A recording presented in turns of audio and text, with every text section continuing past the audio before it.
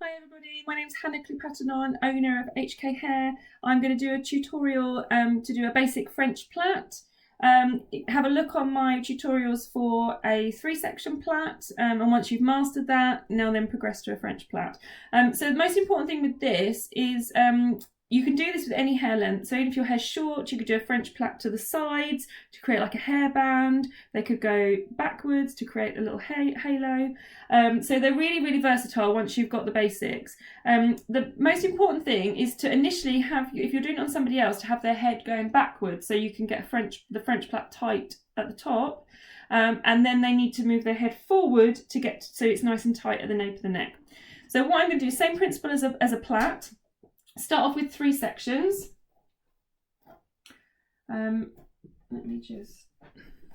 So I'm going to start off with 3 sections. To start off with, I like to take it from temple to temple. So from here, so my own hair as well. And you've then got enough hair to start off with. And then once you've mastered that, then by all means you can go straight from the hairline. So I've got that. I've decided on that section. And then I'm going to put it into three.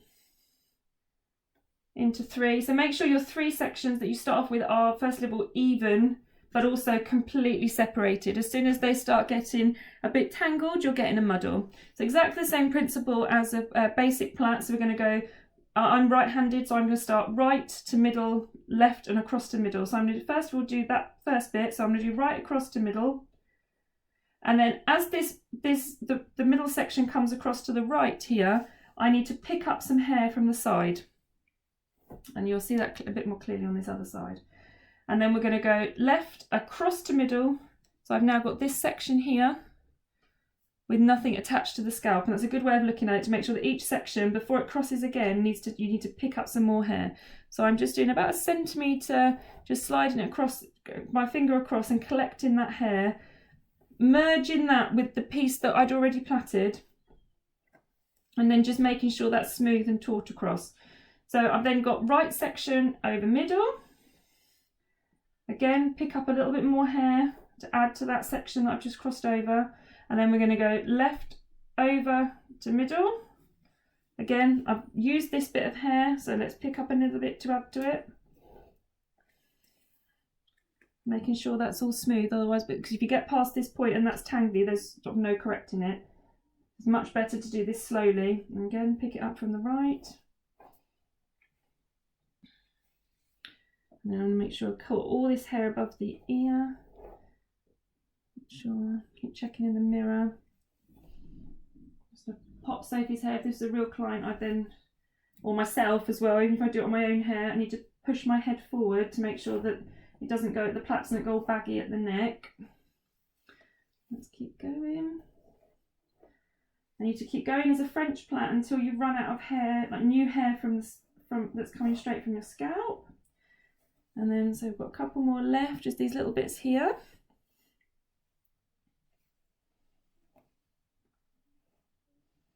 And this one. And then we can as soon as I've double checked, we've got run out of hair underneath.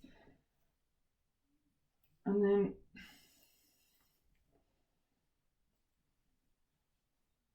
I'll plait it all to the end. And then you can either leave the hair as one long plait, and I appreciate a lot of people's hairs won't be as long as this. My hair is quite a bit shorter, so when I plait mine, I like to tuck mine underneath. So I'll just show you a really quick way of doing that. And you can either, if your hair's longer, twist it round. That's a really pretty updo straight away, or get a few pins or a few curvy grips, and you could even tuck it underneath here. There'll be a little gap that you can then tuck the hair underneath.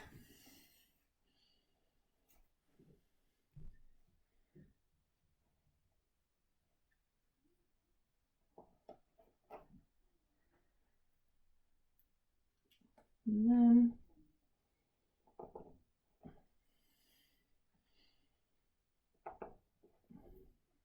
you've then immediately transformed a simple plait into a classic updo.